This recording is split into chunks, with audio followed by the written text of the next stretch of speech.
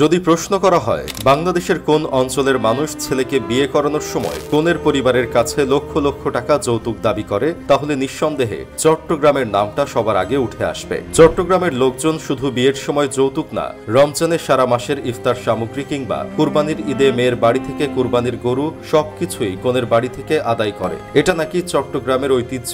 আর এই ঐতিহ্য রক্ষা করতে গিয়ে কত মেয়ের পরিবার যে ঋণগ্রস্ত হয় তার কোনো হিসাব নাই।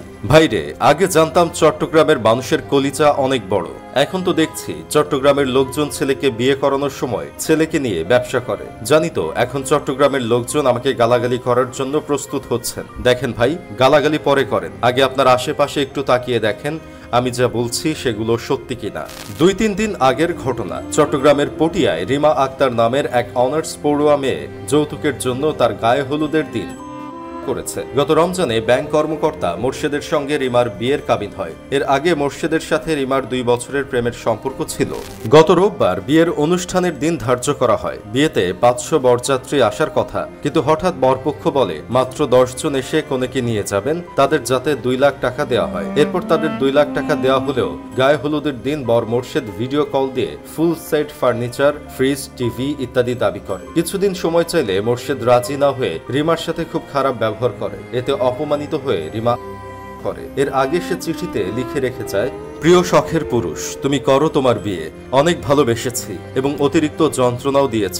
আমি পারছি না এত যন্ত্রণা নিতে, বাকি জীবনটা সুন্দর করে উপভোগ করতে পারলাম না, ভালো থেকো। আজকের দিনেও তোমার যন্ত্রণা আমি নিতে পারছি না। আমার পরিবার থেকে যে যৌতুকের টাকা তোমাদের দিয়েছে সেগুলো শোধ করে দিও। তুমি আমাকে বাঁচতে দিলে না। আমি বাঁচতে পারতাম যদি আমি বেশি মান সম্মানওয়ালা পরিবারে জন্মগ্রহণ না করতাম। সবাই আমাকে ক্ষমা করে দিও, আর আমার পোস্টমর্টেম করে আমার সব যন্ত্রণা ধুয়ে মুছে আমাকে কবরে পাঠিও। চিন্তা করে দেখেছেন ভাই, একটা মেয়ে কতটা যন্ত্রণার শিকার হলে এমন পদক্ষেপ নিতে পারে? আমি বলবো না রিমা যে কাজটা করেছে সেটা ঠিক করেছে। রিমার উচিত ছিল মোর্শেদের কদম জোড়া বরাবর লাথি মেরে এই সম্পর্কটা শেষ করে দেওয়া। শুধু যে চট্টগ্রামে যৌতুকের জন্য এমন ঘটনা ঘটে তা না, 2024 সালে এসেও যৌতুকের জন্য আমাদের দেশের নানা অঞ্চল থেকে এমন তাজা প্রাণ ঝরে যায়। 2 দিন আগে আরেকটা নিউজ আমার চোখে পড়েছিল। দিনাজপুরের বীরগঞ্জে বিয়েতে নিজে উপহার না নিয়ে শ্বশুরকে বাইক উপহার দিয়ে দেখিয়েছে জামাই সাবিত হাসান। এই নিউজটা দেখার পর সত্যিই খুব ভালো লেগেছিল। সমাজের ঐতিহ্য তো এমন হওয়া উচিত, যেখানে ছেলে পক্ষ যৌতুক নিবে না, উল্টো মেয়ে পক্ষকে উপহার দিবে, কারণ জন্মের পর থেকে তার স্ত্রীকে আদর ভালোবাসা দিয়ে আগলে রাখার জন্য। এমন নিউজ দেখার পর আমার বন্ধু কেরামত আমাকে বলতেছে সে নাকি বিয়েতে 1 টাকাও যৌতুক নিবে না। তবে তাদের পরিবারের মেয়ে যদি পাবলিক বাসে করে জার্নি করতে না পারে, তাহলে তারা তাদের মেয়ের জন্য একটা প্রাইভেট কার দিতেই পারে। মেয়ে যাতে সিরিয়াল দেখতে পারে সেজন্য মেয়েকে একটা টিভি, ঠান্ডা পানি খাওয়ার জন্য ফ্রিজ, তাদের বাড়ির মেয়ের যেন গরম না লাগে সেজন্য একটা এসি মেয়েকে গিফট করতেই পারে। এগুলো যৌতুকের মধ্যে পড়ে না। ভাই, এখন আপনারাই বলেন কেরামতকে এখন কি করব?